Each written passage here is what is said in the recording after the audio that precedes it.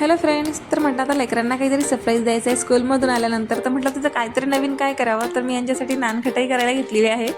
तर ही रेसिपी मी अगोदरही केलेली होती घरी, पण मी त्याचा व्हिडिओ वगैरे कधीच शूट केलेला नव्हता, कारण की पहिल्यांदा वेळी ही मस्त छान जमलेली होती. तर त्यासाठी मी साजूक तूप घेतलेलं आहे 3 चमचे, अर्ध्या वाटीच्या प्रमाणात वाटी घेऊन घ्यायची, मस्त जमते त्याच्याने.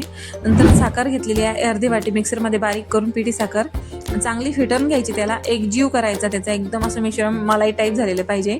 आणि असं हात खाली वरी करून बघायचं, म्हणजे पळत असलं खाली तर थोडंसं अजून फेटायचं आणि गोळा जसं राहिला तर आपलं मिश्रण रेडी झालेलं असतं.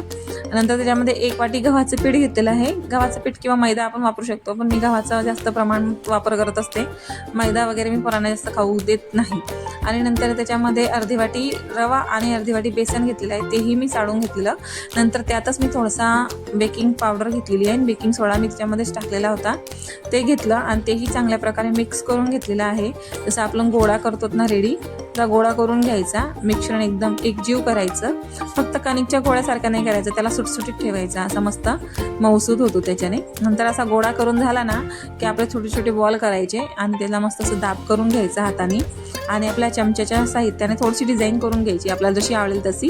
मी अशी छोटीशी डिझाईन केली. आपल्याला जर ड्रायफ्रूट वगैरे कधी लावायचे असते तर लावू शकतो, नाहीतर असंही ठीक आहे. माझ्याकडे नव्हते आता, म्हणून मी असंच केलेलं आहे. तर याला 20-25 मिनटं असं ठेवून द्यायचं, झाकण वगैरे अजिबात काढायचं नाही. आणि त्याच्यानंतर उघडून बघायचं की आपलं ही जी आहे नानखटाई कशी झालेली आहे. खालून खूप मस्त झाली होती. आणि इकडे भांड्याला मी अगोदर तूप वगैरे लावून घेतलं होतं, ते लावण्याला अजिबात विसरायचं नाही, नाहीतर मग खाली तिला चिटकून गेली तर निघणार नाही अजिबात. त्याला पलटवून घेतली, नंतर खालून बघितली तर मस्त अशी नानखटाई आपली रेडी झाली होती. याला खायला दिली, खूप आवडीने खाल्ली त्याने. चला व्हिडिओ सेंड करते, बाय.